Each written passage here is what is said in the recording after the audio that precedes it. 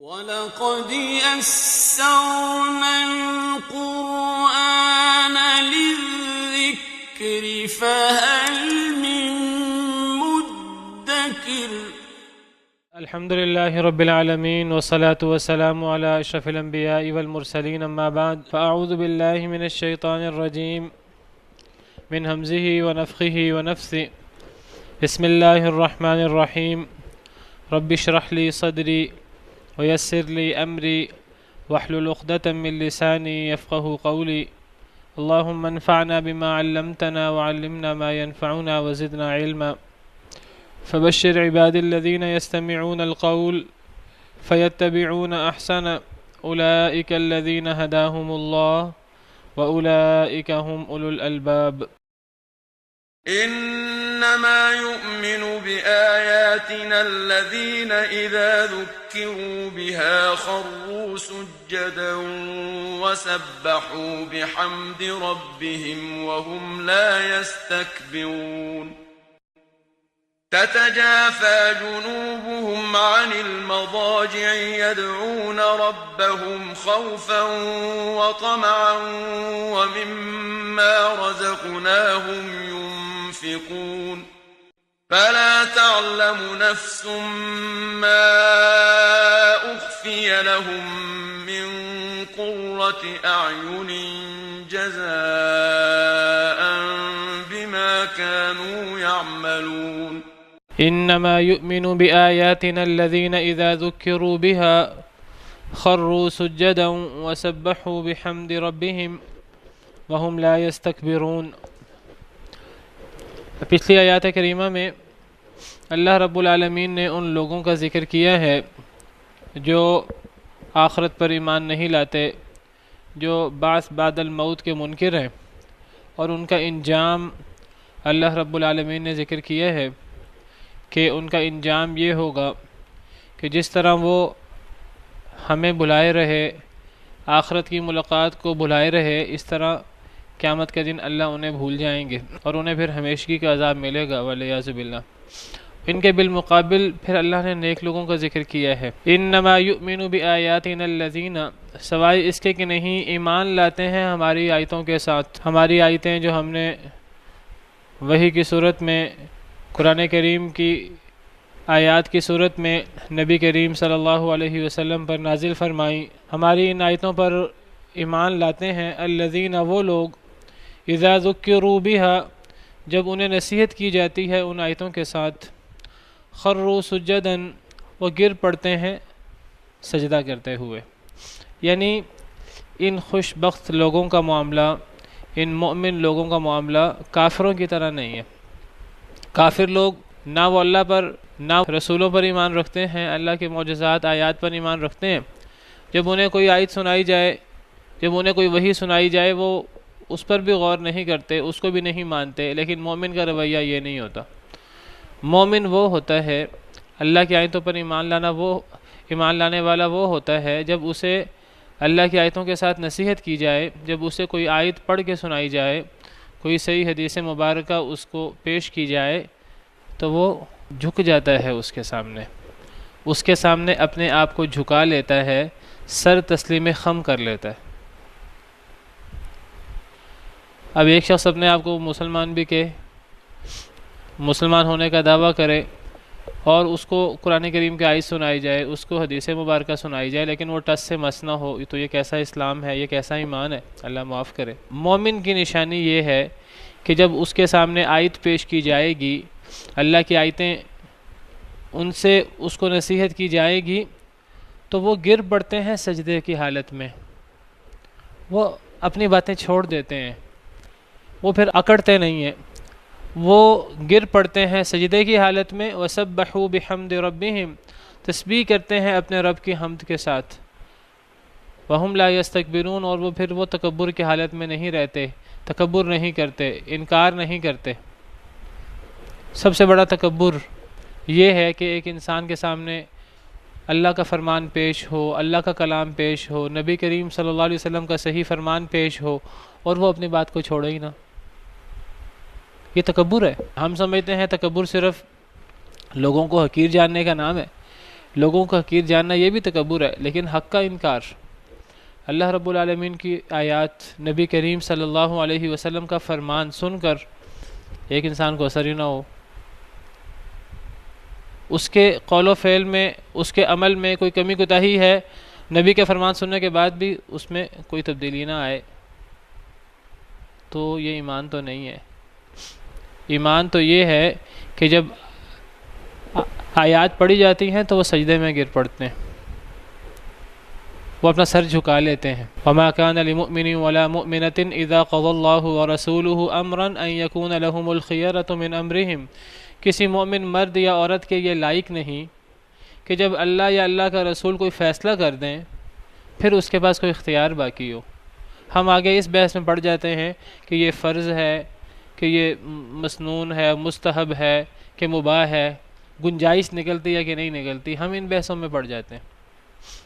یہ گنجائش کی بحث تب نکلتی ہے جب کسی سے کوئی معاملہ ایسا ہو جائے، تو اب یہ سوال ہے کہ جو اب ہم سے غلطی ہو گئی ہے اب اس کی کوئی گنجائش نکلتی ہے کہ نہیں نکلتی۔ کرنے سے پہلے تو یہ دیکھنا نہیں چاہیے کہ یہ حکم واجب ہے کہ یہ حکم مستحب ہے۔ انسان کے دیکھے کہ ہمارے اللہ کا فرمان ہے، نبی کریم صلی اللہ علیہ وسلم کا فرمان ہے، اب ایک انسان جو ہے وہ اسی میں پڑا رہے کہ یہ فرض ہے کہ مستحب ہے، فرض ہوگا تو کروں گا، مستحب ہے تو چھوڑ بھی دوں گا۔ نبی صلی اللہ علیہ وسلم نے حکم دیا ہے، آپ نے کیا ہے تو کرنا ہے، اللہ کا حکم ہے تو کرنا ہے۔ اللہ کہیں اے لوگوں یہ کام کرو، ہم آگے سے کہیں کہ اللہ نے یہ جو ہمیں کرنے کا کہا ہے پہلے اس پہ غور کریں گے کہ یہ ضروری بھی ہے کہ نہیں، تو یہ پھر ہم نے کوئی بہت دھیان نہیں رکھا۔ تو مومنوں کا کیا کردار ہے اس بارے میں؟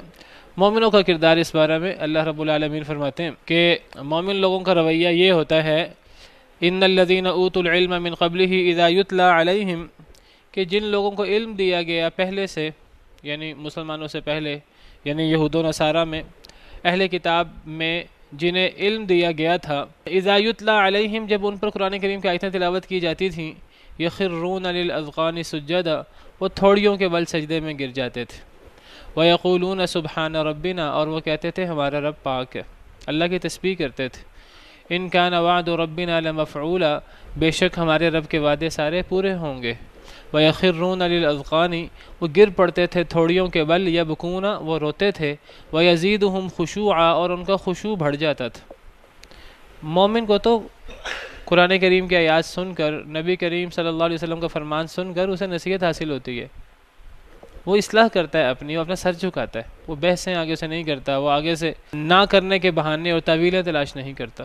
سورہ انفال میں اللہ رب العالمین نے مومنوں کا کردار یہ بیان کیا ہے، انما المؤمنون الذین اذا ذکر اللہ، مومن تو وہ لوگ ہیں کہ جب اللہ کا ذکر کیا جائے، جب اللہ کا ذکر یعنی قرآن کریم کی صورت میں، احادیث مبارکہ کی صورت میں جب اللہ کا ذکر کیا جائے، وجلت قلوبہم، تو ان کے دل ڈر جاتے ہیں، وَإِذَا تُلِيَتْ عَلَيْهِمْ آیاتُهُ، اور جب ان پر تلاوت کی جاتی ہیں اللہ کی آیتیں، زادتہم ایمانا، تو آیتیں ان کا ایمان بڑھا دیتی ہیں، وَعَلَىٰ رَبِّهِمْ يَتَوَكَّلُونَ، اور وہ اپنے رب پر توکل کرتے ہیں، الَّذِينَ يُقِيمُونَ الصَّلَاةَ وَمِمَّا رَزَقْنَاهُمْ يُنْفِقُونَ، یہ وہ لوگ ہیں جو نماز قائم کرتے ہیں اور جو ہم نے ان کو رزق دیا اس سے خرچ کرتے ہیں، اولئک هم المؤمنون حقا، یہ ہے سچے مومن۔ سچا مومن وہ ہے کہ جب اللہ کا ذکر ہو تو ان کے دل ڈر جائیں، اور جب اللہ کی آیتوں کی تلاوت ہو تو ان کا ایمان بڑھ جائے، ان آیتوں پر عمل کریں۔ کچھ لوگوں کا کیا کردار ہے؟ کچھ لوگوں کا کردار یہ ہے کہ ان کے سامنے آیتیں پیش کی جائے، حدیث پیش کی جائے تو وہ پھر عمل نہیں کرتے۔ اللہ تعالیٰ نے سورہ فرقان میں نیک بندوں کا ذکر کیا ہے، اور نیک بندوں کا ذکر کرتے ہوئے فرمایا، عباد الرحمن کا ذکر کرتے ہوئے فرمایا، عباد الرحمن وہ ہیں والذین اذا ذکروا بآیات ربہم، کہ جب انہیں ان کے رب کی آیتوں کے ساتھ نصیحت کی جاتی ہے، لم یخروا علیہا صما وعمیانا، وہ اندھے اور بہرے ہو کر پڑے نہیں رہتے۔ عباد الرحمن کون ہیں؟ رحمان کے بندے کون ہیں کہ جب ان کو اللہ کی آیتیں پڑھی جائیں، قرآن سنایا جائے، صحیح حدیث سنائی جائے، پھر وہ اندھے بہرے نہیں رہتے۔ اندھا بہرا کون ہے؟ جو قرآن سن کر، نبی کا فرمان سن کر عمل نہ کرے، قرآن اس کو ایک طرف پکار رہا ہے، ایک حکم سنا رہا ہے، نبی صلی اللہ علیہ وسلم کا فرمان اسے ایک حکم سنا رہا ہے، ایک شخص جو ہے وہ اندھا بہرا ہو کر اس پہ عمل کرنے کو تیار نہیں ہے، گنجائشیں نکال کر، تعویلیں نکال کر. تو یہ عباد الرحمن کا یہ معاملہ نہیں ہے، یہ مومن لوگوں کا معاملہ نہیں ہے. مومن بندہ تو وہ ہے کہ وہ پھر اندھے بہرے نہیں رہتے، وہ دیکھنے والے سننے والے بن کر سمعنا واطعنا کہہ کر عمل کرتے ہیں. انما كان قول المؤمنین اذا دعوا الى اللہ ورسولہ لیحکم بینہم ان یقولوا سمعنا واطعنا. مومن کا معاملہ تو یہ ہے کہ جب مومن کو بلایا جائے کہ آؤ اللہ اور رسول سے فیصلہ کروا لیں، آؤ اللہ اور رسول کا فرمان پڑھیں، وہ کیا کہتے ہیں؟ تو جب ان کے سامنے اللہ اور رسول کا فرمان پڑھا جاتا ہے پھر وہ اندھے بہرے نہیں رہتے، پھر وہ کیا کہتے ہیں؟ سمعنا واطعنا، ہم نے یہ فرمان سن بھی لیا، اب ہم اطاعت کریں گے، ہم اپنے اندر تبدیلی کریں گے اگر وہ تبدیلی کا تقاضا کر رہا ہے. تو اللہ نے یہاں فرمایا انما یؤمن بآیاتنا الذین اذا ذکروا بها خروا سجدا، سوائے اس کے کہ نہیں ہماری آیتوں پر ایمان وہ لوگ رکھتے ہیں جب ان کو نصیحت کی جاتی ہے ان آیتوں کے ساتھ تو وہ گر پڑتے ہیں سجدے میں. دل میں ان کے ڈر پیدا ہوتا ہے، ان کا ایمان بڑھتا ہے، وہ اندھے بہرے نہیں رہتے بلکہ وہ جھک جاتے ہیں، اپنا سر اللہ کے سامنے جھکا دیتے ہیں اور اللہ کی حمد کے ساتھ اللہ کی تسبیح بیان کرتے ہیں. وَهُمْ لَا يَسْتَكْبِرُونَ، اور وہ تکبر نہیں کرتے. تو مومن لوگوں کا معاملہ یہ ہے کہ جب ان کو اللہ کی آیتوں کے ساتھ نصیحت کی جائے تو وہ سجدے میں گر پڑتے ہیں، اللہ کی حمد کے ساتھ اس کی تسبیح بیان کرتے ہیں اور تکبر نہیں کرتے. تو یہ تکبر ہے کہ انسان اللہ کا فرمان سنے، نبی کا فرمان سنے اور پھر انسان ٹس سے مس نہ ہو اور وہ عمل نہ کرے. تتجافى جنوبهم عن المضاجع، مومن لوگوں کی اور کیا صفات ہیں اور ان کا کیا بہترین کردار ہے؟ فرمایا تتجافى جنوبهم، الگ رہتے ہیں، جنوبهم ان کے پہلو، عن المضاجع بستروں سے، بستروں سے ان کے پہلو الگ رہتے ہیں. کیا مطلب؟ مطلب یہ ہے کہ راتوں کو وہ اللہ کے حضور، اللہ کے خوف سے، اللہ کی امید، اللہ کے ثواب کی امید رکھتے ہوئے وہ راتوں کے حضور قیام کرتے ہیں. ان کی پوری پوری رات غفلت میں اور پوری پوری رات سونے میں نہیں گزرتی. وہ دن میں بھی اللہ کے حکم کے مطابق دن اور رات میں جو نمازوں کا حکم ہے وہ نمازیں بھی پڑھتے ہیں، اور پھر پوری رات جو ہے وہ غفلت میں نہیں گزارتے، پوری رات جو ہے وہ سونے میں نہیں گزارتے، بلکہ اس رات کا کچھ حصہ یا زیادہ حصہ وہ رات کا قیام میں گزارتے ہیں. ان کے پہلو ان کے بستروں سے جدا رہتے ہیں. ایک اور آیت کریمہ میں عباد الرحمن کی صفت بیان کرتے ہوئے فرمایا عباد الرحمن کون ہیں؟ اللہ فرماتے ہیں والذین یبیتون لربہم سجدا وقیاما، سورہ فرقان آیت نمبر 64. اللہ کے نیک بندے وہ ہیں جو رات گزارتے ہیں اپنے رب کے لیے سجدا وقیاما، سجدے کی حالت میں اور قیام کی حالت میں. ان کی رات غفلت میں اور صرف پوری پوری رات، لمبی رات ہو، چھوٹی رات ہو گرمیوں کی یا سردیوں کی لمبی رات ہو، ان کی پوری رات جو ہے وہ آرام دہ بستروں میں نہیں گزرتی، بلکہ ان کی رات کا تھوڑا حصہ یا زیادہ حصہ وہ سجدے اور قیام میں گزرتا ہے. اللہ کے خوف سے تتجافا، جیم واو فا یا جیم یا فا مجھے حتمی نہیں ہے اس وقت، تو اس کا مطلب ہوتا ہے الگ رہنا. تو الگ رہتے ہیں ان کے پہلو ان کے بستروں سے. ایک اور آیت کریمہ میں اللہ نے نیک لوگوں کی صفت بیان کی کہ نیک لوگ کون ہیں. سورہ زاریات میں اللہ تعالیٰ فرماتے ہیں کہ نیک لوگ وہ ہیں کانوا قلیلا من اللیل ما یہجعون، کہ وہ راتوں کو بہت تھوڑا سویا کرتے تھے. نیک لوگ کون ہیں؟ جو راتوں کو تھوڑا سوتے ہیں، جو پوری رات سونے میں نہیں گزار دیتے، بلکہ انہوں نے رات کو تقسیم کیا ہوتا ہے. ہم نے رات کا اتنا حصہ آرام میں گزارنا ہے اور رات کا اتنا حصہ ہم نے عبادت میں، قیام میں، سجدے میں گزارنا ہے، اپنے گناہوں کی معافی مانگتے ہوئے گزارنا ہے. وبالاسحار هم یستغفرون، جو سحری کے وقت استغفار کرتے ہیں. سحری کا وقت کون سا ہے؟ جو رات کا آخری تہائی حصہ اور بالکل اذان کے قریب کا حصہ. سحری کے وقت وہ استغفار کرتے ہیں. ہمارا وہ حصہ جو ہے وہ زیادہ گہری نیند میں گزرتا ہے، کیونکہ ہم نے رات لیٹ سونا ہوتا ہے، اور جب عین نماز کا وقت ہوتا ہے، اذان کا وقت ہوتا ہے، اس وقت ہم زیادہ غفلت میں ہوتے ہیں، اور اتنی غفلت میں ہوتے ہیں کہ ہماری اذان بھی اور نماز بھی اور وہ بھی ہماری چلی جاتی ہے. اللہ معاف کرے. تو ایک طرف اللہ نے گناہ گاروں کا ذکر کیا پچھلی آیات میں جو ہم کل پڑھ چکے ہیں، تو اگلی آیات میں اللہ ان کے بالمقابل نیک لوگوں کا ذکر کر رہے ہیں. تو نیک لوگ ایک تو قرآن و سنت جب ان کے سامنے پڑھا جائے، نصیحت کی جائے، تو وہ جھک جاتے ہیں اس کے سامنے، تسبیح کرتے ہیں اللہ کی، اکڑتے نہیں ہیں. اور اس کے علاوہ ان کی بڑی صفت یہ ہے کہ راتوں کو وہ عبادت بھی کرتے ہیں. وہ فرضی نمازوں کے علاوہ رات کو اٹھ کر قیام بھی کرتے ہیں. یدعون ربہم، وہ پکارتے ہیں اپنے رب کو، خوفا و طمعا، خوف سے بھی اور امید سے بھی. اتنی نیکی کر رہے ہوتے ہیں کہ اپنے رات کی نیند بھی قربان کر رہے ہوتے ہیں، لیکن اتنی نیکی کے باوجود یہ اتنی نیکی کیوں کرتے ہیں، راتوں کو کیوں قیام کرتے ہیں؟ ایک تو اللہ کے عذاب کا خوف ہوتا ہے، اللہ کے عذاب سے بچنے کے لیے، اللہ کو راضی کرنے کے لیے وہ اللہ کو پکارتے ہیں، قیام اللیل کرتے ہیں قیام کی حالت میں، اور پھر سجدوں کی حالت میں روتے ہوئے اللہ کو پکارتے ہیں، اللہ سے دعائیں کرتے ہیں. اللہ سے خوف بھی ہوتا ہے اللہ کے عذاب کا، اور پھر امید بھی ہوتی ہے، اللہ کی رحمت کی امید ہوتی ہے، اللہ کے ثواب، اللہ کی جنت کی امید ہوتی ہے. تو نیکی کرنے کا مطلب یہ نہیں ہے کہ اگر ایک انسان نیکی کرے تو نیکی کر کے ایک انسان بڑا ہی پر امید ہو جائے اور اس کو اللہ کا خوف نہ ہو. جو بندہ جتنا نیک ہوتا ہے وہ اتنا اللہ کا خوف بھی رکھتا ہے اور اللہ سے امید بھی رکھتا ہے. ایمان خوف اور امید کے درمیان ہے. الایمان بین الرجاء والخوف. اگر ایک انسان جو ہے وہ اللہ سے صرف ڈرے اور اللہ سے اتنا ڈرے کہ اس کو اللہ کی امید ہی نہ ہو، اس کو اپنے گناہوں کا اتنا ڈر ہو کہ وہ کہے میرے تو گناہ اتنے زیادہ ہیں کہ اب اللہ مجھے کبھی معاف نہیں کریں گے، وہ مایوسی میں مبتلا ہو جائے، تو یہ بھی کفر ہے، یہ بھی ضلالت اور گمراہی ہے. ایک بندہ صرف اللہ سے ڈرنا شروع کر دے اور اتنا ڈرے کہ وہ اس کو اللہ کی رحمت کی امید ہی نہ ہو، اسے یہ امید ہی نہ ہو کہ اللہ مجھے معاف کر دیں گے، اللہ کی رحمت کی اسے امید ہی نہ ہو، تو یہ بھی انحراف ہے، یہ بھی گمراہی اور ضلالت ہے، کفر ہے، یہ بھی مایوسی کفر ہوتی ہے. اور ایک بندہ جو ہے وہ اتنی امید رکھے اللہ کی رحمت کی کہ وہ اللہ سے ڈرنا ہی چھوڑ دے، تو یہ بھی گمراہی ہے، یہ بھی ضلالت ہے، یہ بھی گمراہی ہے کہ ایک بندہ اللہ کا خوف ہی ختم کر دے، وہ کہے کہ اللہ بڑے غفور الرحیم ہے، اللہ معاف کر دیں گے،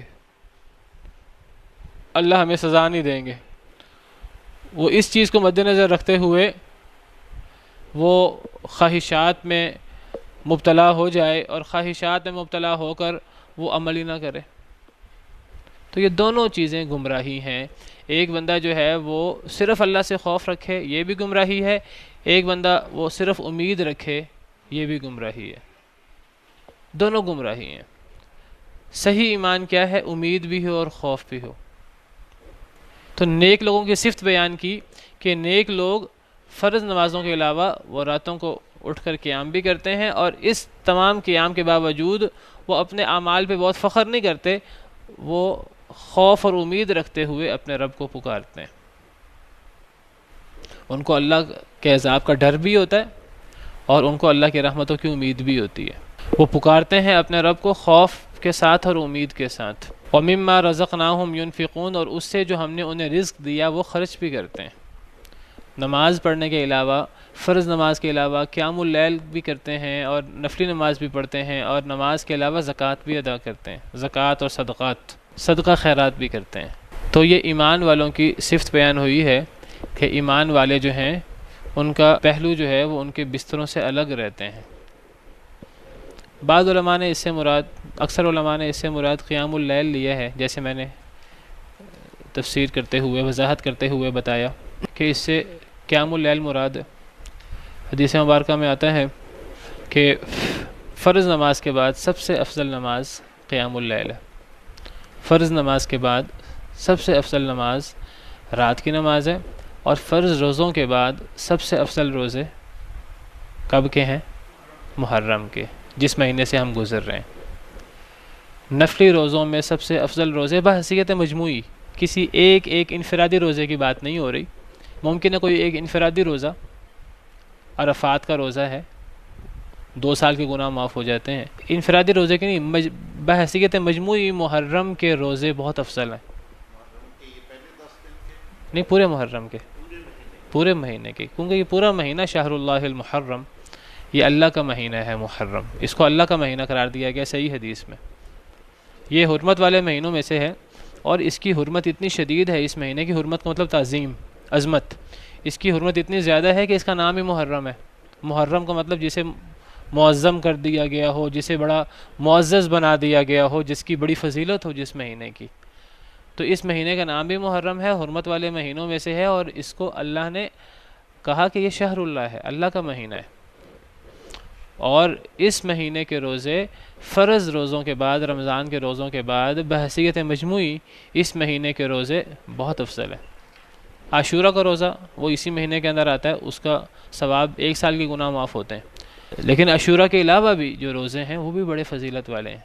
محرم کے نبی صلی اللہ علیہ وسلم نے رمضان کے علاوہ کسی پورے مہینے کے روزے نہیں رکھے جی، تو لیکن اس مہینے زیادہ سے زیادہ روزے رکھنے چاہیے، کیونکہ اس مہینے کے روزے جو ہیں بہت فضیلت والے ہیں، اور ان کی بڑی فضیلت ہے۔ فرض روزوں کے بعد سب سے زیادہ فضیلت والے نفلی روزے یہ محرم کے روزے ہیں، اور فرض نماز کے بعد سب سے زیادہ فضیلت والی نماز رات کی نماز ہے۔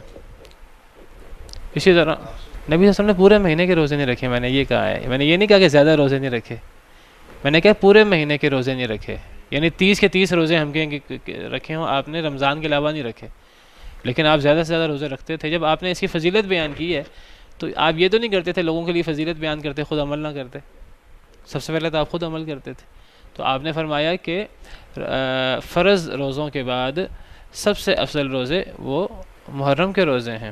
ایام 20 کے روزوں کی اپنی فضیلت ہے، تو ایام 20 کے روزے رکھ لے انسان، دیکھیے فرض تو نہیں ہے کہ انسان کوئی روزہ بھی نہ رکھے، تو فرض تو نہیں ہے، لیکن اس مہینے کے روزے فضیلت والے ہیں۔ یہ دیکھیں صحیح مسلم کی روایت آپ کے سامنے کھل گئی ہے، حضرت ابو ہریرہ سے حدیث ہے، صحیح مسلم کی روایت ہے، افضل الصیام بعد رمضان شہر اللہ المحرم، افضل ترین روزے رمضان کے بعد اللہ کے مہینے محرم کے ہیں، وافضل الصلاۃ بعد الفریضۃ صلاۃ اللیل، اور افضل ترین نماز فرض نماز کے بعد رات کی نماز ہے۔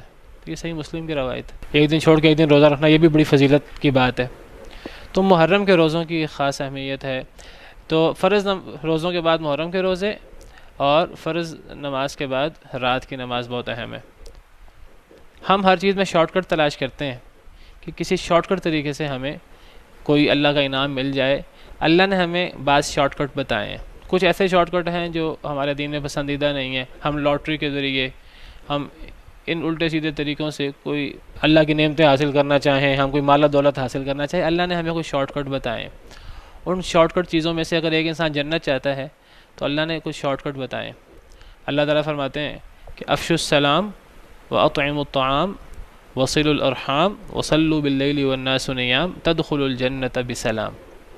اگر جنت میں داخل ہونا ہے 4 اعمال بتائیں، یا 4 اعمال کی بڑی فضیلت ہے، بڑی اہمیت ہے۔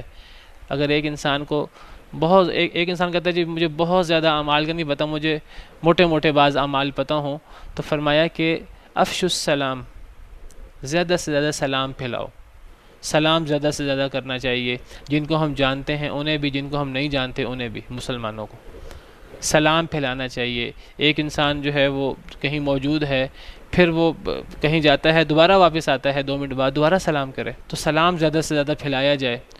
وَأَطْعِمُوا الطَّعَامَ، اور کھانے کھلاؤ، کھانا کھلانا غریبوں کو، مسکینوں کو، اور غریبوں مسکینوں کے علاوہ دوستوں کو تحفے تحائف کھانا کھلانا، اس سے بڑی محبت بڑھتی ہے، اور یہ جنت میں داخلے کا ایک بہت بڑا ذریعہ ہے۔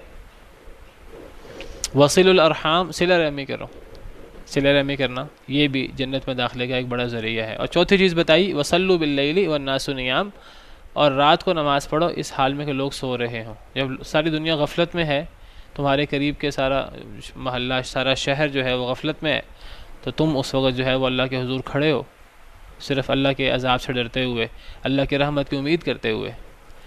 تو ان اعمال کا تمہیں بدلہ کیا ملے گا؟ تدخل الجنت بسلام، بالکل سلامتی کے ساتھ جنت میں داخل ہو جاؤ گے، کوئی عذاب، کوئی پریشانی، کوئی خوف، کوئی اس طرح کی چیز جو ہے وہ تمہارے قریب نہیں آئے گی، سلامتی کے ساتھ جنت میں داخل ہو جاؤ گے۔ صحیح حدیث مبارکہ۔ تو رات کا قیام جو ہے اس کی بڑی فضیلت ہے، تو وہ بھی قیام اللیل میں آ جائے گا۔ دیکھیے صحیح بات تو یہ ہے کہ وطر تو وہ شخص پڑھتا ہے عشاء کے بعد کہ جس نے رات کی نماز کے لیے اٹھنا نہیں ہے، جس نے رات کی نماز کی عادت نہیں بنائی، ٹھیک ہے؟ تو جو بندہ رات کی نماز کی عادت بناتا ہے اور جو اس کے مطابق سوتا ہے، جلدی سوتا ہے، سنت کے مطابق الارم لگاتا ہے، اپنے رات کو اٹھنے کے لیے جو ہے وہ پختہ اس کا ارادہ ہوتا ہے اور اس کی عادت ہے کہ رات کو اٹھتا ہے، تو ایسا شخص تو رات کو وطر پڑے گا۔ ایسا شخص تو عشاء کے وقت وطر نہیں پڑے گا، عشاء کے وقت تو وہ شخص وطر پڑے گا کہ اگر ایک شخص کبھی لیٹ ہو گیا، کبھی بہت تھکا ہوا ہے، بیمار ہے، سفر سے آیا ہے، اس کو پتہ ہے کہ آج رات میں لیٹ ہو گیا ہوں سوتے ہوئے، تو ممکن ہے کہ میری جاگ نہ کھل سکے تھکاوٹ کی وجہ سے، بیماری کی وجہ سے، تو ایسا بندہ جو ہے وہ وطر عشاء کے وقت پڑھ لے۔ ورنہ تو رات کی نماز کو عادت بنانا چاہیے، اور جو رات کی نماز کو عادت بنائے تو وہ وطر رات کی نماز کے بعد پڑھے۔ باقی اگر ایک شخص جو ہے وہ اس ڈر سے وطر پڑھ لے کہ ممکنہ رات نہ اٹھ سکوں، اگر پھر بھی اسے رات جاگ آ جائے تو وہ بندہ 2 رکعتیں مزید پڑھ سکتا ہے، تو وہ ایسی صورت میں ہے۔ ورنہ نہیں، اسی کے اندر وضو کے نفل اس کے اندر آ جائیں گے، وضو کے اندر اس کے اندر شامل ہو جائیں گے۔ تو ایک عام روٹین یہ نہیں ہونی چاہیے، جو بندہ رات کو قیام کرتا ہے مستقل، اس کی یہ روٹین نہیں ہونی چاہیے کہ وہ عشاء کے ساتھ وطر پڑھے، اس کو قیام کے ساتھ وطر پڑھنے چاہیے۔ ہاں اگر کبھی ڈر ہو تو پھر ایک انسان کو جو ہے پھر وہ وطر پڑھ کے سونا چاہیے۔ تو بہرحال رات کی قیام کی عادت ہونی چاہیے۔ اللہ تعالی ہمیں سب کو توفیق دے اس کی، اور اس کے لیے اللہ کی توفیق، اور اصل میں انسان ارادہ کرتا ہے اور پھر اللہ سے توفیق مانگتا ہے تو توفیق بھی ملتی ہے۔ انسان اگر رات کے اذکار کر کے سوئے اور سورہ بقرہ کی آخری آیتیں پڑھ کے سوئے اور آیت الکرسی وغیرہ، اور انسان الارم لگائے، تو انشاءاللہ انسان کا پختہ ارادہ ہو تو اللہ کی توفیق ملتی ہے اور اللہ کی طرف سے مدد بھی ہوتی ہے۔ انسان وضو کر کے سوئے۔ معنی تتجافا جنوبہم عن المضاجع کا ایک تفسیر وہ ہے جو میں نے ابھی آپ کے سامنے بیان کی، اس سے مراد رات کی نماز ہے۔ بعض علماء نے تتجافا جنوبہم عن المضاجع کا معنی بیان کیا کہ اس سے مراد وہ لوگ ہیں جو عشاء اور فجر کی نماز کے وقت سوئے نہیں رہتے، ان کے پہلو بستروں سے الگ رہتے ہیں، کب؟ عشاء اور فجر کی نماز کے وقت۔ یہ تفسیر بھی بعض علماء نے کی۔ میں آپ سے ایک بات عرض کروں کہ اگر تو ہمیں ایک دفعہ جوش آنا ہے اور جوش میں آ کے ہم نے پڑھنی ہے، ہم جتنی زیادہ رکھتے کہیں گے نا، وہ اتنی رکھتے بندے سے 1 یا 2 دن ہی پڑھی جائیں گی۔ اصل تو ویسے جو سنت طریقہ کار ہے، حضرت عائشہ کی حدیث ہے صحیح بخاری وغیرہ میں، نبی صلی اللہ علیہ وسلم رمضان اور غیر رمضان میں 11 رکعتوں سے زیادہ رکھتے نہیں پڑھتے تھے، 8 رکھتے اور 3 وتر، رمضان اور غیر رمضان میں۔ لیکن اگر ہم نے شروع کرنا ہے بالفرض، ہماری عادت نہیں ہے، ہم نے شروع کرنا ہے، اگر ہم زیادہ رکھتے پڑھیں گے اور اگر ہم لمبا قیام کریں گے 1.5 گھنٹے 2 گھنٹے 3 گھنٹے کا، تو یہ ہم سے شاید 1 یا 2 دفعہ ہو، پھر ہم سے زیادہ ہو نہ سکے۔ تو ہمیں روٹین بنانے کے لیے شروع میں کم سے شروع کریں، اور جب روٹین بنتی جائے انسان آہستہ آہستہ بڑھاتا رہے۔ اللہ کو وہ عمل پسند ہے جو ہمیشہ ہو، چاہے وہ تھوڑا کیوں نہ ہو۔ قرآن میں تو ایسی بات نہیں ہے، ایسی بات قرآن میں نہیں ہے۔ تو باقی کم از کم 2 رکعتیں پڑھی جا سکتی ہیں۔ ایک بندہ شروع میں روٹین بنانے کے لیے کم سے شروع کرے، ایک روٹین بنائے، پھر انسان آہستہ آہستہ بڑھا دے۔ تو اصل چیز ہے اس کے اندر دوام ہمیشہ کی۔ اگر ایک انسان جو زیادہ پڑھ سکتا ہے تو سنت طریقہ کار یہ ہے کہ انسان جو ہے وہ 11 رکعتیں پڑھے، سنت طریقہ کار یہ ہے۔ باقی اگر ایک شخص جو ہے اس سے اتنی نہیں پڑھی جاتی تو اس سے کم پڑھنے کی اجازت ہے، تو ایک انسان جو ہے وہ 2 رکعتیں 4 رکعتیں انسان روٹین بنا سکتا ہے۔ جب روٹین بن جائے انسان بڑھا دے، پھر سنت کے مطابق عمل شروع کر دے۔ دیکھیے جی، بس انسان کو کوشش کرنی چاہیے کہ بہت زیادہ حرکت وغیرہ نہ ہو۔ تو اگر ایک انسان دیکھ کے پڑھے بالفرض، بچنا چاہیے ویسے دیکھ کے پڑھنے سے نفل نماز میں بھی، لیکن یہ نہیں ہے کہ بالکل حرام ہے۔ اگر ایک انسان نے دیکھ کے پڑھنا ہے تو انسان جو ہے وہ بہت کم سے کم حرکت کرے۔ تو ایک تفسیر تو یہ ہے کہ اس سے مراد رات کا قیام ہے۔ دوسری تفسیر اس کی یہ ہے کہ اس سے مغرب اور عشاء اور فجر کی نماز پڑھنا ہے باجماعت۔ ایک انسان فجر اور عشاء کی نماز باجماعت پڑھے، حدیث میں آتا ہے، اس کو رات کے قیام کا ثواب ملتا ہے۔ بعض مفسرین نے اس کی تفسیر یہ بھی کی ہے۔ بعض مفسرین کہتے ہیں کہ تتجافا جنوبہم عن المضاجع، الگ رہتے ہیں ان کے پہلو بستروں سے، اس سے مراد عشاء کی نماز کا انتظار کرنا ہے، اور عشاء کی نماز کے انتظار میں انسان نوافل پڑھے۔ آپ کو پتہ ہے کہ ہر نماز کو اول وقت میں پڑھنے کا حکم ہے، پہلے وقت میں پڑھنے کا حکم ہے۔ عشاء کی نماز کے بارے میں خاص حکم ہے کہ عشاء کی نماز جو ہے وہ اگر لوگ لیٹ اکٹھے ہوں تو اس کو لیٹ کر دیا جائے۔ ہم اسی لیے اپنی عشاء کی نماز اپنے قرآن کلاس وغیرہ کی وجہ سے ہم لیٹ کر دیتے ہیں کئی دفعہ، کیونکہ عشاء کی نماز میں اگر لوگ لیٹ اکٹھے ہوں تو عشاء کی نماز لیٹ پڑھنا پسندیدہ ہے۔ بلکہ بعض احادیث میں آتا ہے کہ نبی صلی اللہ علیہ وسلم نے ارشاد فرمایا کہ اگر مجھے لوگوں پر مشقت نہ ڈالنی ہوتی، جس کا مفہوم ہے واللہ عالم، تو میں عشاء کا وقت جو ہے وہ 1/3 رات کے وقت رکھتا، عتمہ 1/3 رات کے وقت۔ لیکن عشاء کا وقت جلدی اس لیے رکھا گیا کہ لوگوں کو مشقت نہ ہو، لوگ جلدی سو جائیں، کیونکہ اگر عشاء کی نماز لیٹ ہو تو پھر لوگ لیٹ سوئیں گے، جب لیٹ سوئیں گے تو ان کے لیے رات کے قیام کے لیے، فجر کے لیے اٹھنا مشکل ہوگا۔ 1/3 کا مطلب کوئی 10-11 بجے۔ تو بعض علماء نے نبی صلی اللہ علیہ وسلم کیا کرتے تھے کہ اگر لوگ جلدی جمع ہو جاتے جلدی نماز پڑھ لیتے عشاء کی باجماعت، اگر لوگ لیٹ جمع ہوتے تو آپ نماز لیٹ پڑھتے۔ جب لیٹ پڑھتے تو صحابہ کرام نماز کے انتظار میں بیٹھے ہوتے، کئی صحابہ کرام جو ہیں وہ نوافل شروع کر دیتے، تو بعض مفسرین نے اس سے مراد یہ نوافل بھی مراد لی ہیں۔ تو بعض احادیث میں ذکر ہے، حدیث مبارکہ میں آتا ہے، ایک حدیث میں تو اس سے مراد قیام اللیل ہی ہے، ایک حدیث مبارکہ میں آتا ہے، حضرت معاذ بن جبل سے حدیث مروی ہے، حضرت معاذ بن جبل فرماتے ہیں میں نبی صلی اللہ علیہ وسلم کے ساتھ سفر میں تھا، میں نے نبی صلی اللہ علیہ وسلم سے سوال کیا، میں نے کہا اے اللہ کے رسول اخبرنی بعمل یدخلنی الجنہ، اے اللہ کے رسول مجھے کوئی ایسا عمل بتائیں جو مجھے جنت میں داخل کر دے، ویباعدنی عن النار، جو مجھے آگ سے دور کر دے۔ قال، آپ نے فرمایا لقد سألتنی عن عظیم، تم نے مجھ سے بہت بڑا سوال کیا ہے، چھوٹا سوال نہیں کیا، یہ بہت عظیم سوال ہے۔ وإنہ لیسیر، اور بے شک یہ آسان بھی ہے، اتنا مشکل بھی نہیں ہے۔ علی من یسرہ اللہ علیہ، جس پر اللہ آسان کر دے، جس پر اللہ آسان کر دے اس کے لیے آسان بھی ہے، زیادہ مشکل بھی نہیں ہے بہت بڑا سوال۔ سوال کیا تھا کوئی ایسا عمل بتائیں جو مجھے جنت میں داخل کر دے، جہنم سے دور کر دے۔ آپ نے فرمایا بہت بڑا سوال ہے، اور جس پہ اللہ آسان کر دے اس کے لیے یہ آسان بھی ہو جاتا ہے۔ تعبد اللہ ولا تشرک بہ شیئا، تو اللہ کی عبادت کر اور اللہ کے ساتھ کسی کو شریک نہ ٹھہرا۔ وتقیم الصلاۃ، نماز قائم کر، وتؤتی الزکاۃ، زکوٰۃ ادا کر، وتصوم رمضان، رمضان کے روزے رکھ، وتحج البیت، حج بیت اللہ کر۔ اسلام کے ارکان بتا دیے۔ پھر فرمایا الا ادلک علی ابواب الخیر، کیا میں تمہیں خیر کے دروازوں کی خبر نہ دوں، یعنی بڑی بڑی نیکیوں کی خبر نہ دوں ان ارکان اسلام کے علاوہ۔ الصوم جنۃ، روزہ ڈھال ہے۔ والصدقۃ تطفئ الخطیئۃ کما یطفئ الماء النار، صدقہ گناہوں کو ایسے مٹاتا ہے جیسے پانی آگ کو مٹاتا ہے۔ وصلاۃ الرجل من جوف اللیل، اور انسان کی نماز رات کے درمیان، یعنی قیام اللیل۔ پھر نبی صلی اللہ علیہ وسلم نے یہ آیت کریمہ تلاوت کی، تتجافى جنوبهم عن المضاجع۔ اس حدیث مبارکہ سے پتہ لگا کہ تتجافى جنوبهم سے مراد قیام اللیل ہے۔ اکثر مفسرین نے اس سے مراد رات کے درمیانی حصے میں جو قیام اللیل ہوتا ہے وہ مراد لیا ہے۔ حدیث لمبی ہے لیکن یہاں سے پتہ لگا کہ کیا یہاں تتجافى جنوبهم سے مراد قیام اللیل ہے۔ بعض مفسرین نے تتجافى جنوبهم سے مراد میں نے ذکر کیا مغرب اور عشاء کے درمیان نوافل بھی مراد لیے ہیں، تو یہ صحیح حدیث میں آتا ہے، ابو داؤد کی حدیث ہے کہ حضرت انس نے اللہ کے اس فرمان کے بارے میں فرمایا کانوا قلیلا من اللیل ما یہجعون، یہ جو آیت کریمہ ابھی آگے نے پڑھی تھی کہ نیک لوگوں کی صفت یہ ہے کہ وہ رات کو تھوڑا حصہ وہ آرام کرتے ہیں۔ تو اللہ کے اس فرمان کے بارے میں، یہ سورہ زاریات کی آیت ہے، اللہ کے اس فرمان کے بارے میں حضرت انس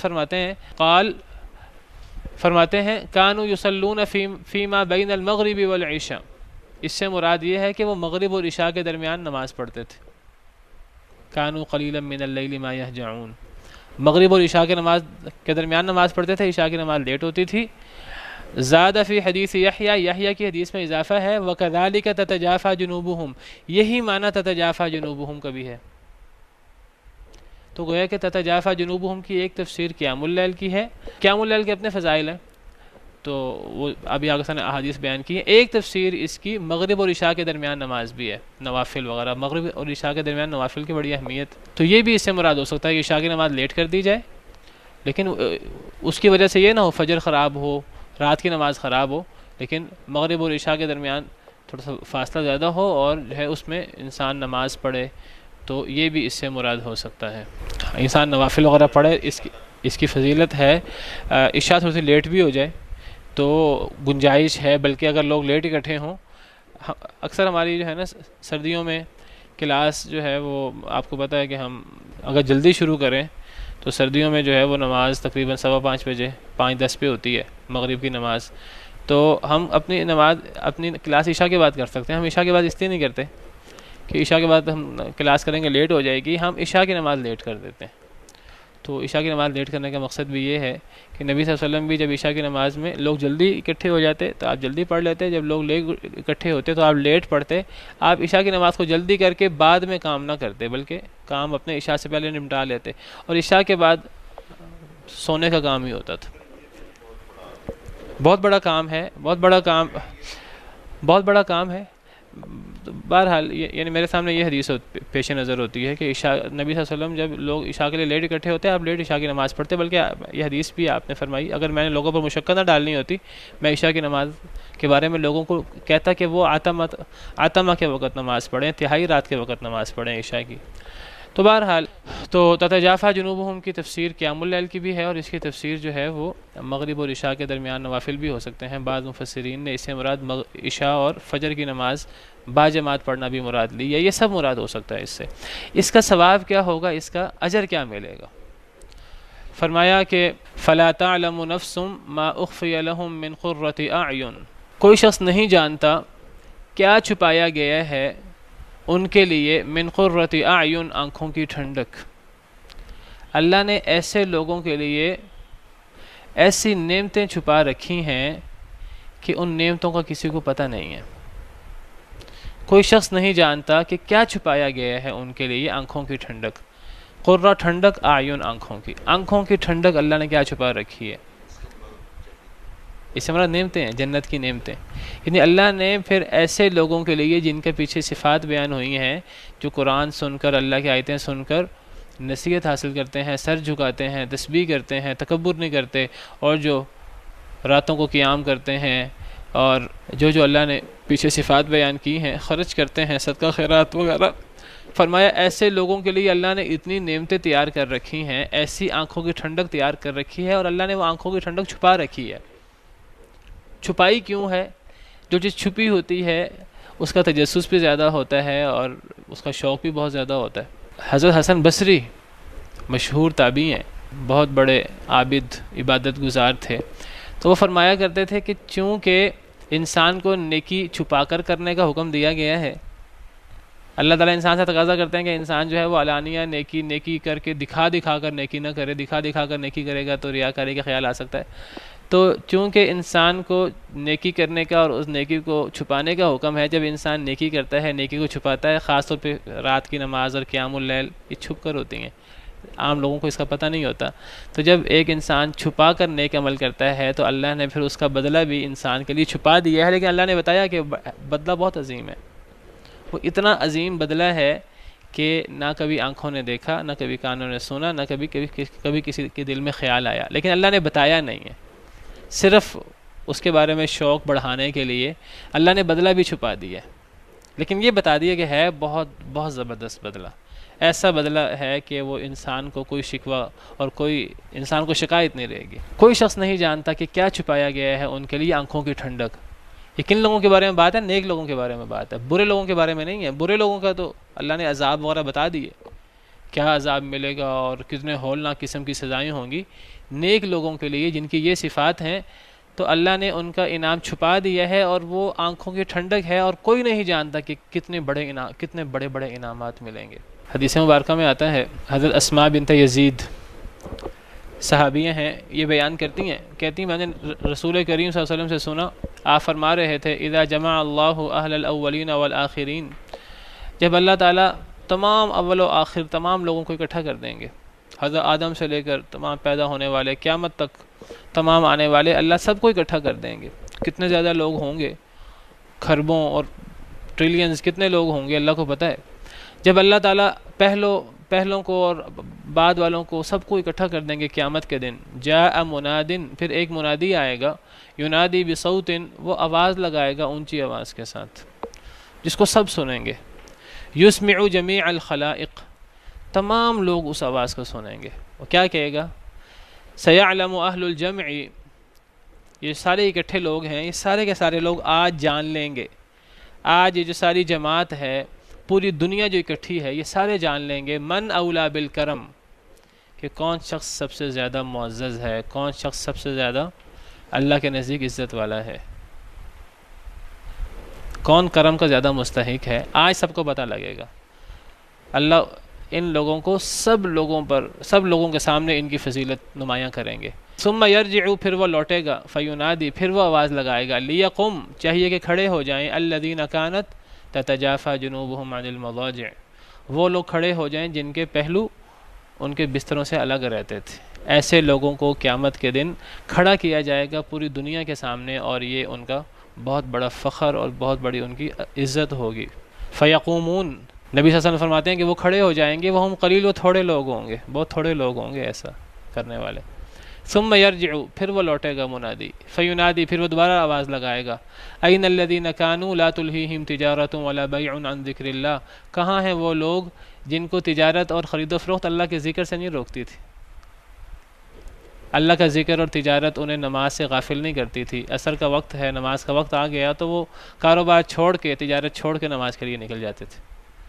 شام کا وقت ہے، نماز ہے، قرآن کی کلاس ہے، تو کاروبار چھوڑ کے اور تجارت چھوڑ کے اللہ کی یاد کے لیے، اللہ کے ذکر کے لیے وہ آ جاتے تھے۔ فیقومون، وہ کھڑے ہو جائیں گے، وہم قلیل، وہ بھی بہت تھوڑے ہوں گے۔ ثم یرجع، پھر وہ منادی لوٹے گا، پھر وہ ندا لگائے گا تیسری مرتبہ، لیقم الذین کانوا یحمدون اللہ فی السراء والضراء، کہ وہ لوگ کھڑے ہو جائیں جو اللہ کی تعریف کرتے تھے، پوشیدہ بھی، خوشی میں بھی اور ناخوشی میں بھی، تنگی میں بھی۔ کچھ لوگ ہیں جو صرف کوئی نعمت ملتی ہے اللہ کی تعریف کرتے ہیں، کچھ ایسے خوش بخت بھی ہیں کہ مصیبت آتی ہے تو پھر بھی اللہ کی تعریف کرتے ہیں کہ اللہ کا شکر ہے کہ اللہ نے بڑی مصیبت نہیں بھیجی، چھوٹی مصیبت ہی آ گئی، لوگوں پر بڑی بڑی مصیبتیں ہیں، تو مصیبت پر بھی اللہ کا شکر کرتے ہیں۔ حدیث مبارکہ میں آتا ہے کہ نبی صلی اللہ علیہ وسلم کو نعمت ملتی تو نبی صلی اللہ علیہ وسلم اللہ کا شکر کرتے تھے، فرماتے تھے الحمدللہ الذی بنعمتہ تتم الصالحات، تمام تعریفیں اس اللہ کی ہیں جس کی نعمت سے تمام نیک کام پورے ہوتے ہیں۔ اور جب کوئی مصیبت آتی تب بھی آپ اللہ کی تعریف کرتے تھے، تب کہتے تھے الحمدللہ علی کل حال، اللہ کی تعریف ہر حال میں، نعمت پہ بھی اور مصیبت پہ بھی۔ تو پھر ان لوگوں کو قیامت کے دن کھڑا کیا جائے گا اور پھر ان کی عظمت لوگوں کے سامنے ہو جائے گی، پھر یہ لوگ بھی الحمدللہ علی کل حال، ہر حال میں اللہ کی تعریف، مصیبت میں بھی اللہ کی تعریف ہی ہے، اللہ نے بڑی مصیبت نہیں بھیجی، چھوٹی مصیبت پہ اکتفا کیا۔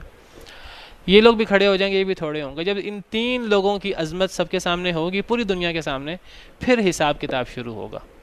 سب سے پہلے اللہ ان تین قسم کے لوگوں کو عزت دیں گے اس حدیث مبارکہ کے مطابق۔ جب سب سے پہلے ان کو نمایاں کر کے پیش کیا جائے گا تو ان کا پھر کیا مقام ہوگا اللہ کے ہاں۔ فلا تعلم نفس ما اخفی لهم من قرۃ اعین، کوئی شخص نہیں جانتا کہ کیا چھپایا گیا ہے اس کے لیے آنکھوں کی ٹھنڈک، اللہ نے کیا کیا نعمتیں چھپا رکھی ہیں۔ اتنی حدیثیں ہیں اس کے بارے میں ان میں سے 2-3 حدیث آپ کے سامنے بیان کرتا ہوں۔ نبی صلی اللہ علیہ وسلم کا ارشاد ہے، حضرت ابو ہریرہ راوی ہیں، من يدخل الجنۃ ینعم لا یبأس، جو بندہ جنت میں داخل ہوگا وہ نعمتیں ہی حاصل کرے گا، بہت نعمتیں حاصل کرے گا۔ لا تبلا ثیابہ، اس کے کپڑے بوسیدہ نہیں ہوں گے، ولا یفنا شبابہ، اس کی جوانی کبھی ختم نہیں ہوگی۔ فی الجنتی، جنت میں ما لا عین رأت ولا اذن سمعت ولا خطر علی قلب بشر، جنت میں ایسی ایسی نعمتیں ہیں کہ جو کسی آنکھ نے دیکھی نہیں، کسی کان نے سنی نہیں، اور کبھی کسی انسان کے دل میں ان کا خیال بھی نہیں آیا۔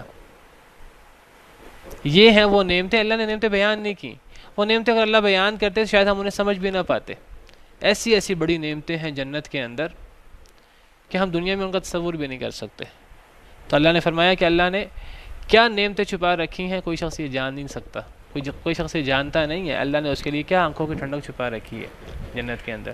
اللہ تعالیٰ ہمیں ان لوگوں میں شامل کرے۔ اذان کے بعد 1-2 احادیث اور بھی پڑھتے ہیں اس کے بارے میں۔ فلا تعلم نفس ما اخفی لهم من قرۃ اعین، نہیں جانتی کوئی بھی جان کیا چھپایا گیا ہے ان کے لیے من قرۃ اعین، آنکھوں کی ٹھنڈک۔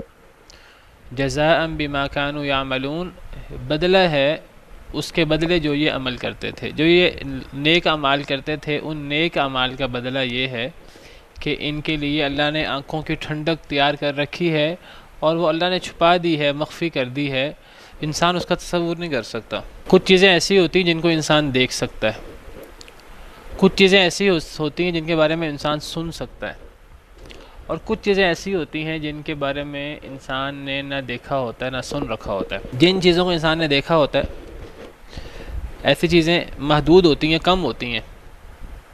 انسان ضروری نہیں کہ انسان سب چیزوں کو ہی دیکھ لے. اللہ نے انسان کو محدود بنایا ہے, انسان کی صلاحیتیں بھی محدود ہیں. کم نعمتوں کو انسان نے آنکھوں سے دیکھا ہوتا ہے. جن نعمتوں کو, جن چیزوں کو انسان نے سنا ہوتا ہے وہ چیزیں ان چیزوں سے زیادہ ہوتی جن کو دیکھا ہوتا ہے. یا آپ کو اس کو اس طرح سمجھیں کہ اللہ کی جتنی زمین ہم نے دیکھی ہے یا جتنے شہر ہم نے دیکھے ہیں, جتنے علاقے ہم نے دیکھے ہیں, دیکھے ہم نے کم ہیں, سنے ہم نے زیادہ ہیں. ایسے ہے کہ نہیں؟ جس چیز کو سنا ہوتا ہے تو چیزیں ہم زیادہ سنتے ہیں, ان میں زیادہ وسعت ہوتی ہے. ممکن ہے کہ میں اپنی بات کرتا ہوں, میں نے ممکن ہے 4-5 شہر ہی دیکھے ہوں, لاہور, کراچی, اسلام آباد, گجرانوالہ, فیصل آباد یا سعودی عرب کے بعض شہر. لیکن یہ 5, 6, 7, 8 شہر, 10 شہر میں نے دیکھے ہوں گے, لیکن میں نے سینکڑوں شہروں کے بارے میں سنا ہوگا. بہت سے ایسے شہر بھی ہیں جن کو میں نے کبھی دیکھا نہیں لیکن سنا ان کے بارے میں بہت زیادہ ہے. لندن کے بارے میں, یورپ کے شہروں کے بارے میں, امریکہ کے شہروں کے بارے میں, آسٹریلیا کے شہروں کے بارے میں, اسلامی ملکوں کے شہروں کے بارے میں. پاکستان سے بہت سے شہر ایسے جن کو میں نے دیکھا نہیں لیکن سنا ان کے بارے میں ضرور ہے. ممکن ہے میں نے سینکڑوں, ممکن ہے ہزاروں شہروں کے بارے میں سنا ہو. 2-3 ملک دیکھے ہوں لیکن میں نے بہت سارے ملکوں کے بارے میں جو ہے نا سنا ہو. جو چیز دل میں خیال آ سکتا ہے, خیال کی وسعت تو بہت زیادہ ہوتی ہے. خیال کی وسعت تو بہت زیادہ ہوتی ہے. اگر ہم نعمتوں کی بات کریں, اصل میں حدیث مبارکہ میں جیسے میں نے بھی آپ کے سامنے اذان سے پہلے کہا کہ اس آیت کریمہ کی تفسیر میں حدیث ہے کہ جنت کی نعمتیں اتنی زیادہ ہیں جن کو نہ آنکھوں نے دیکھا, نہ کانوں نے سنا, نہ کبھی دل میں خیال آیا. جن نعمتوں کو ہم آنکھوں سے دیکھ سکتے ہیں وہ محدود ہوتی ہیں. ہم مثلا آج مال و دولت کی اور نعمتوں کی اگر ہم بات کریں یا مال و دولت کی بات کریں تو مال و دولت میں جب بھی ہم مال و دولت کی بات کرتے ہیں تو سونا چاندی, سونا اور ہیرے جواہرات, ان کی بات آتی ہے. ہم میں سے کس نے جو ہے, کسی نے اگر بہت زیادہ مال و دولت بھی دیکھا ہو, بہت زیادہ سونا چاندی یا بہت زیادہ زیورات دیکھے ہوں تو کتنے دیکھے ہوں گے؟ جن کو دیکھا ہوگا آنکھوں سے بڑے محدود ہوں گے وہ. ممکن ہے ہم میں سے کسی نے 1 کلو سونا بھی اکٹھا نہ دیکھا ہو. جس سونے چاندی زیورات اور ان چیزوں کے بارے میں ہم نے سنا ہے, سنا ہم نے بہت زیادہ ہوگا. ہم نے سنا ہے کہ ان کی کانیں بھی ہوتی ہیں, سونے کی کانیں بھی ہوتی ہیں اور ہیرے وغیرہ اور یہ چیزیں سنا ہوا ہے ہم نے ان کے بارے میں. کانوں میں کلوؤں کے حساب سے اور ممکن ہے کہ منوں کے حساب سے جو ہیں یہ زیورات موجود ہوں. اور اگر ہم, یہ تو ہے ہمارے سننے کی وسعت, سننے کی وسعت جو ہے دیکھنے سے زیادہ ہوتی ہے. جنت کی نعمتیں ایسی جو نہ کسی نے دیکھی نہ کبھی سنی, سننے میں تو بہت زیادہ آ گئی نا. اور پھر دل میں خیال, دل کے خیال تو یعنی اس کی وسعت بہت زیادہ ہوتی ہے. دیکھیے سونا ہم نے ممکن ہے 1 کلو دیکھا بھی نہ ہو, لیکن سننے کے بارے میں ہم نے سنا ہو کہ دنیا میں کافی کانیں ہیں سونے کی, اور ان سونے کی کانوں میں جو ہے کتنے منوں یا اللہ کو پتہ ہے کتنا سونا موجود ہے. سننے کی وسعت زیادہ ہے. لیکن اگر ہم دل میں خیال کرنا چاہیں, کبھی ہم تصور کریں آنکھیں بند کر کے کہ جی میں کسی ایسی وادی میں بیٹھا ہوں, کہ میں کسی ایسے گھر میں بیٹھا ہوں جو سارا سونے کا ہی ہے. انسان دل میں خیال تو کر سکتا ہے, دل میں تصور تو کر سکتا ہے. کچھ لوگ خیالی پلاؤ پکاتے ہیں اور بڑے بڑے جو ہیں وہ اونچے اونچے خیالی پلاؤ پکا لیتے ہیں. کوئی بندہ یہ تصور کرے کہ میں کسی ایسے شہر میں ہوں, پورا شہر ہی سونے کا ہے. تصور کرنے کو تو انسان کر سکتا ہے کہ نہیں کر سکتا؟ اللہ فرماتے ہیں جنت کی نعمتیں ایسی ہیں جو انسان تصور بھی نہیں کر سکتا. یعنی ایک انسان آنکھیں بند کر کے جتنی نعمتوں کا تصور کر سکتا ہے, جنت کی نعمتیں اس سے بھی زیادہ ہیں. تو اس کی یعنی آپ سمجھیں لامحدود نعمتیں ہیں, وہ ان کا تصور نہیں ہو سکتا. تو یہ جو حدیث ہے یہ اس میں بہت زیادہ جنت کی نعمتوں کا ذکر ہے. گویا کہ لامحدود نعمتیں ہیں جنت کی. اگر ہم آنکھیں بند کر کے کبھی خیال بھی کرنا چاہیں, ہم خیال بھی نہیں کر سکتے, اتنی نعمتیں ہیں جنت کی. تو اب حدیث مبارکہ آپ سنیے. صحیح مسلم میں نبی صلی اللہ علیہ وسلم نے ارشاد فرمایا, حضرت سہل بن سعد بیان کرتے ہیں, وہ کہتے ہیں کہ شہدت من رسول اللہ صلی اللہ علیہ وسلم مجلسا, میں نبی صلی اللہ علیہ وسلم کے پاس ایک مجلس میں حاضر تھا. وصف فیہ الجنہ, آپ نے اس میں جنت کے اوصاف بیان کیے. حتی انتہا، جب آپ نے اس میں جنت کے اوصاف وغیرہ بیان کر لیے، ثم قال فی آخری حدیثی، تو آپ نے اپنی بات کے آخر میں فرمایا، فیہا ما لا عین رأت، اس جنت میں وہ نعمتیں ہیں جو کسی آنکھ نے کبھی دیکھی نہیں، ولا اذن سمعت، اور نہ کبھی کسی کان نے سنی، ولا خطر علی قلب بشر، اور نہ کبھی کسی انسان کے دل میں ان کا خیال بھی آیا، تصور میں بھی انسان تصور نہیں کر سکتا اتنی نعمتیں۔ پھر آپ نے یہ آیت کریمہ تلاوت کی، تتجافا جنوبہم سے لے کر یعملون، یعملون کا مطلب ہے کہ یہ دو آیتیں پھر آپ نے تلاوت کی، آیت نمبر 16 بھی اور آیت نمبر 17 بھی۔ ان آیات کریمہ کی شرح میں آپ نے یہ بات فرمائی، تو گویا کہ اس آیت کریمہ کی شرح ہے کہ جنت میں وہ نعمتیں ہیں جو نہ کبھی کسی کی آنکھ نے دیکھی، نہ کبھی کسی کے کان نے سنی، نہ کبھی کسی کے دل میں خیال آیا۔ اسی طرح صحیح مسلم کی ہی حدیث ہے، نبی صلی اللہ علیہ وسلم ارشاد فرماتے ہیں، صحیح مسلم کی صحیح حدیثیں ہیں آپ کو پتہ ساری، کہ حضرت موسیٰ نے اللہ تعالیٰ سے پوچھا، نبی صلی اللہ علیہ وسلم حضرت موسیٰ کے حوالے سے بیان کر رہے ہیں، حضرت موسیٰ نے اللہ تعالیٰ سے سوال کیا، ما ادنا اہل الجنت منزلتاً، کہ اے اللہ جنت والوں میں سب سے کم مرتبہ کس کا ہوگا، سب سے کم نعمتیں کس کے پاس ہوں گی؟ قال، اللہ نے فرمایا، ہوا رجل یجیء بعد ما ادخل اہل الجنت الجنت، یہ وہ شخص ہوگا جس کو سب سے کم نعمتیں، سب سے کم مقام ملے گا جنت میں۔ یہ وہ شخص ہے جو تب آئے گا جب سارے جنت والے جنت میں داخل ہو چکے ہوں گے، یہ آخر میں جنت میں داخل ہونے والا ہوگا۔ اس کو کہا جائے گا ادخل الجنہ، تو جنت میں داخل ہو جا، اللہ کہیں گے، تو وہ کہے گا، عرض کرے گا، ای ربی، اے رب، کیف وقد نزل الناس منازلہم، میں جنت میں کہاں جاؤں، اب تو لوگوں نے ساری جگہ مل لی ہیں، جنت تو پوری ہو چکی ہے، واخذوا اخذاتہم، انہوں نے ساری چیزیں لے لی ہیں، فیقال لہ، تو اس کو کہا جائے گا، اترضی ان یکون لک مثل ملک ملک من ملوک الدنیا، کیا تو راضی ہے کہ تجھے دنیا کے بادشاہوں میں سے کسی بادشاہ کی بادشاہت جتنی بادشاہت تجھے دے دی جائے؟ دنیا میں جو بادشاہ تھے ان کی بادشاہت، ان کے تصرف میں جتنی زمین تھی، پورے ملک تھے، کیا تو چاہتا ہے، کیا تو راضی ہے کہ تجھے ایک بادشاہ جتنی جگہ دے دی جائے جتنا دنیا میں بادشاہ کے پاس ہوتا تھا، خزانے اور زمینیں؟ فیقول، وہ کہے گا، رضیت ربی، اے میرے رب میں راضی ہوں، ایک بادشاہ کے برابر مجھے جو ہے وہ دنیا میں جتنا بادشاہ کے پاس ہوتا تھا۔ فیقول، اللہ فرمائیں گے، لک ذالک، تیرے لیے ایک بادشاہ کے پاس دنیا میں جو کچھ ہوتا تھا سارا تیرے لیے جنت میں، ومثلہ، اور اس کی مثل ڈبل، ومثلہ ٹرپل، ومثلہ 4 گنا، ومثلہ 5 گنا۔ پھر 5ویں دفعہ فرمایا، وہ کہے گا 5ویں دفعہ، جب 5 دفعہ اللہ یہ فرمائیں گے، وہ کہے گا، اے اللہ میں راضی ہو گیا، تو اللہ فرمائیں گے، ھذا لک وعشرۃ امثالہ، تیرے لیے یہ ہے اور اس سے 10 گنا زیادہ بھی، ایک دنیا کے بادشاہ سے 50 گنا زیادہ نعمت ملے گی جنت کے سب سے کم جس کا درجہ ہے اس کو۔ پہلے 5 گنا پہلے کر دیا اور فرمایا اس سے بھی 10 گنا زیادہ۔ صحیح مسلم کی روایت ہے، وَلَكَ مَشْتَهَتْ نَفْسُكَ، اور اس کے علاوہ جو تیرا دل چاہے، وَلَذَّتْ عَيْنُكَ، جس سے تیری آنکھ لذت پکڑے۔ فیقول، تو وہ کہے گا، رضیت ربی، اے میرے رب میں راضی ہو گیا۔ قال، تو حضرت موسیٰ نے فرمایا، ربی، اے میرے رب، فَأَعْلَاهُمْ مَنزِلَةً، یہ تو سب سے کم درجہ ہے، تو سب سے بڑا درجہ کیا ہے، سب سے بڑا درجے والا جنتی کون ہے؟ قال، اللہ نے فرمایا، اولئک الذین اردت، یہ وہ لوگ ہیں جن کا میں نے ارادہ کیا، جن کو میں نے چن لیا۔ غرست کرامتہم بیدی، ان کی عزت میں نے اپنے ہاتھوں سے ان کی عزت اگائی ہے، ان کی عزت اتنی زیادہ ہے جو میں نے اپنے ہاتھوں سے، غرس ہوتا ہے اگانا، ان کی عزت میں نے اپنے ہاتھوں سے اگائی ہے۔ وختمت علیہا، اور میں نے اس پر مہر لگا دی ہے۔ فلم تر عین، کوئی آنکھ نہیں دیکھتی، ولم تسمع اذن، کوئی کان نہیں سنتے، ولم یخطر علی قلب بشر، کسی کے دل میں خیال بھی نہیں آ سکتا کہ وہ کیا نعمتیں ہیں۔